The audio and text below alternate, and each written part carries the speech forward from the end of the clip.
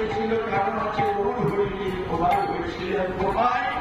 বললেন শশীর গর্ভ সিন্ধু আছে খোদাই হইলেন বার্তা হয়ে গেল জীবিত বিনাশী কুটির অখিল সংস্কার সুরধনির ধারে হাতে চৈতন্য অবতীর্ণ হরিনামকে তৈরি প্রথম সন্ধ্যায় তিনি খোদাই হয়েছিলেন।